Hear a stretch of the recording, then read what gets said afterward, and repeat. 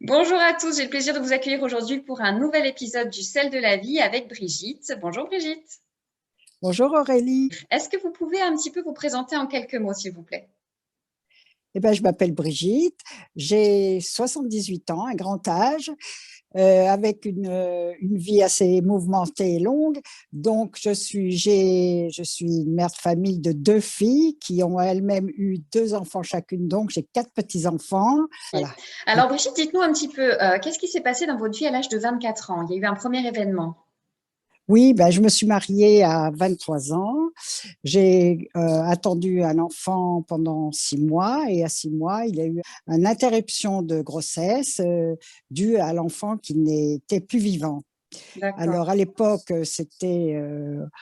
il y avait beaucoup de, comment dire, de candidatons quand on faisait des fausses couches. Je vous le dis tout de suite parce que on disait que c'était des femmes qui avaient trop traficoté avec des hommes, on disait des trucs horribles. D'accord. C'était des croyances de nos parents, c'était affreux. Alors que moi, pauvre petite fille, toute naïve que j'étais, donc ça a été très dur. On m'a pas du tout, comment dire, je ne comptais pas, j'étais rien, on est passé ça sous silence, c'était quelque chose. Et je vois avec le temps maintenant que je suis beaucoup plus âgée, que j'ai pas fait pas un deuil, mais quelque chose là-dessus quand même. C'était pour moi mon premier enfant en plus, c'est Et oui. pas le second, non. Et Est-ce qu'on j'étais vous a pas du tout permis, préparée.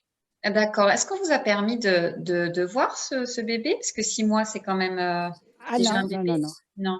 Non, non, non. Et j'ai même pas su, nous n'avons même pas demandé le sexe parce que à l'époque, il n'y avait pas beaucoup de communication verbale avec les gens et on a cru bien faire et on nous a simplement dit on l'a ondoyé. Donc c'est un genre de baptême pour voilà, Hmm. et c'est tout.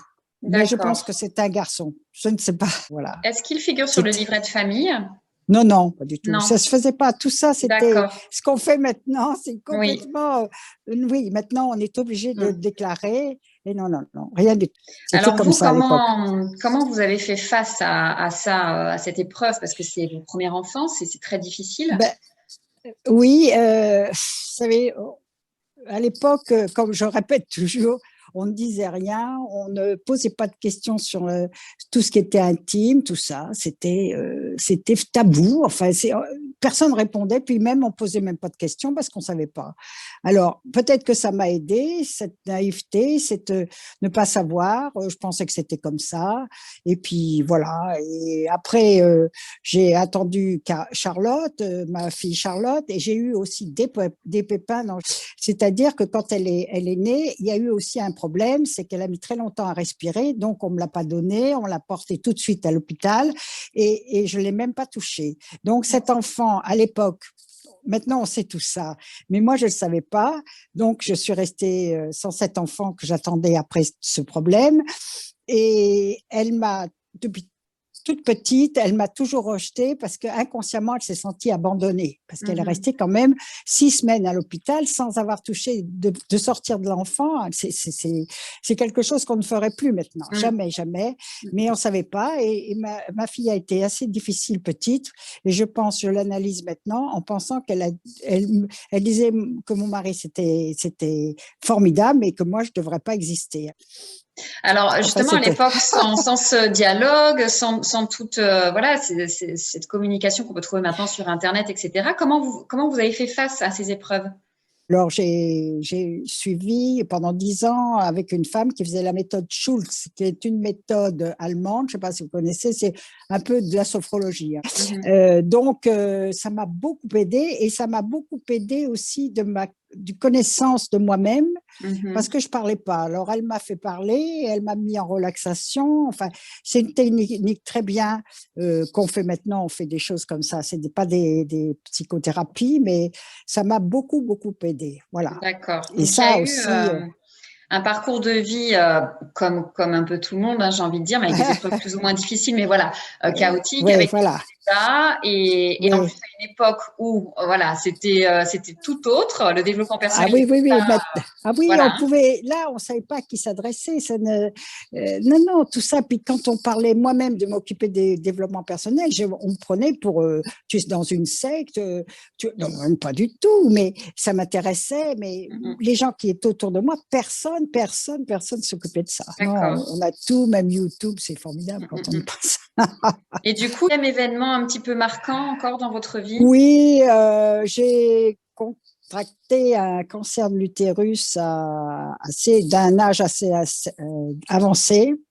Et là, ayant toutes ces connaissances, parce que j'avais 60, c'est assez tard, mais je l'ai eu à ce moment-là, j'ai dit oui à la vie, parce que j'avais lu plusieurs livres sur le oui à la vie, qu'il faut jamais dire non, parce que quand on résiste, ça augmente.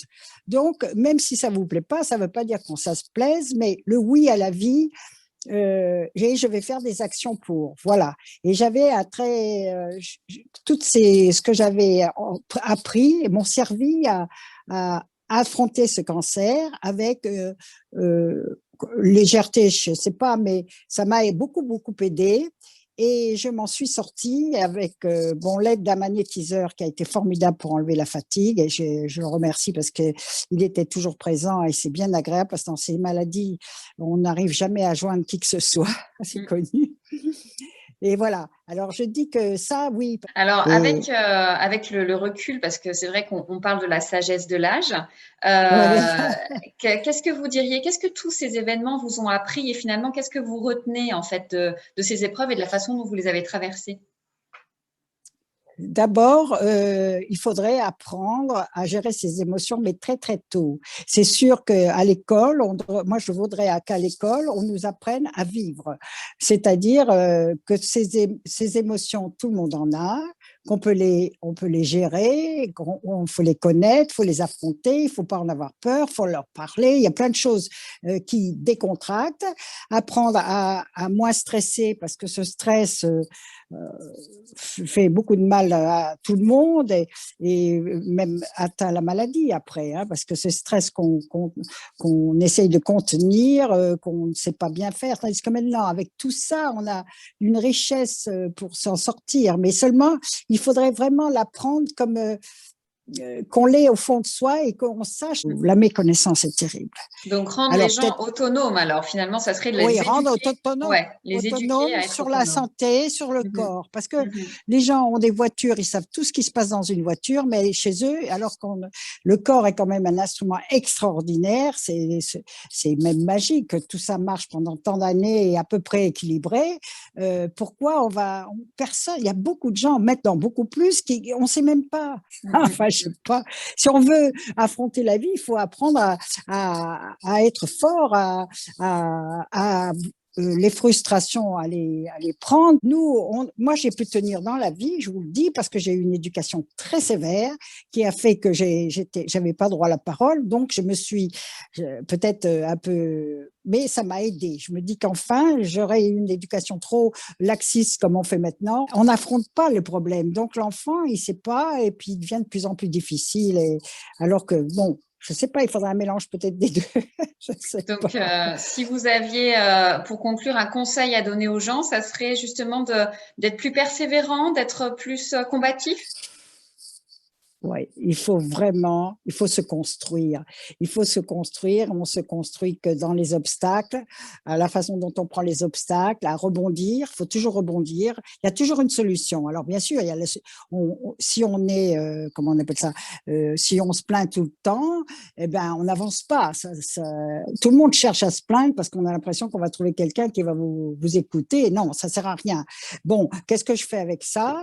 J'ai telle solution. Bon, peut-être ça va me demander du travail, mais après, dans chaque épreuve, il y a un cadeau. Dans chaque épreuve, il y a un cadeau, c'est-à-dire sur le coup.